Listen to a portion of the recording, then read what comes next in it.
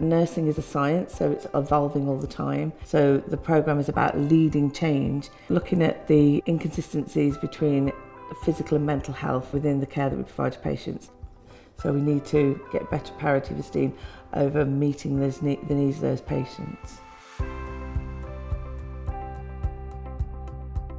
The Leadership to Improve Physical and Mental Health is a course that is designed specifically to enable nurses to address inequalities between physical and mental health within their workplace. As nurses, we have a holistic way of supporting people, which means we work in the biological, the social, the psychological, spiritual and cultural realms, so we're in quite a unique place. But what we need is to have the skills and leadership to push that moving forward. Leadership is a vital skill for everyone at every level. Whether you're a healthcare support worker, a nursing associate, a newly qualified nurse or a nurse in a senior management position, all nurses are leaders, and this will help you in your leadership role. We're quite focused sometimes, and there's lots of evidence that we're focused on just achieving physical health outcomes for a patient, but actually we don't look at their mental health needs, and we're not very good as well at looking at learning disabilities, but it's also the other way around as well. So we're really good in a mental health setting at meeting the needs of their mental well-being, but actually nobody looks at their physical health. So the course teaches people how to affect change. The course is a 12-week programme that's comprised of various components, including 3 half-days virtual delivery with access to experts in the field, including facilitated support. There are also 3 half-days of online learning with pre-recorded materials, which would be accessed via our own learning platform. There's access to our library resources throughout as well in terms of academic studies and library materials.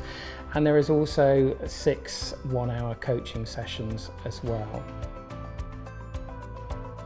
Their project is a service improvement plan, so they need to figure out how they're going to introduce something that isn't there within where they're working.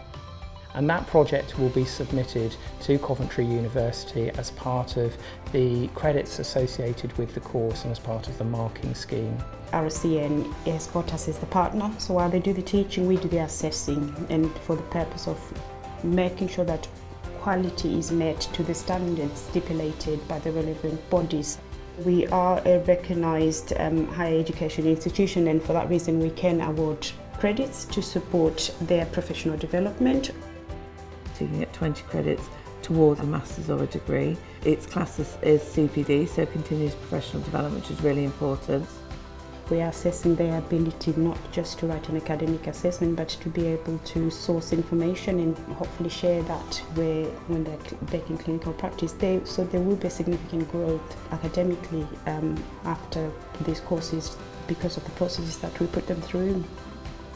This is of real benefit to organisations because most organisations and healthcare settings are faced with the challenge of how to really support people's whole needs. And it's making sure that it's contextualised to nursing practice. And I think that's quite unique. They are created by nurses, for nurses, evaluated by nurses, for nurses, and I think that's the strongest reason to come and engage.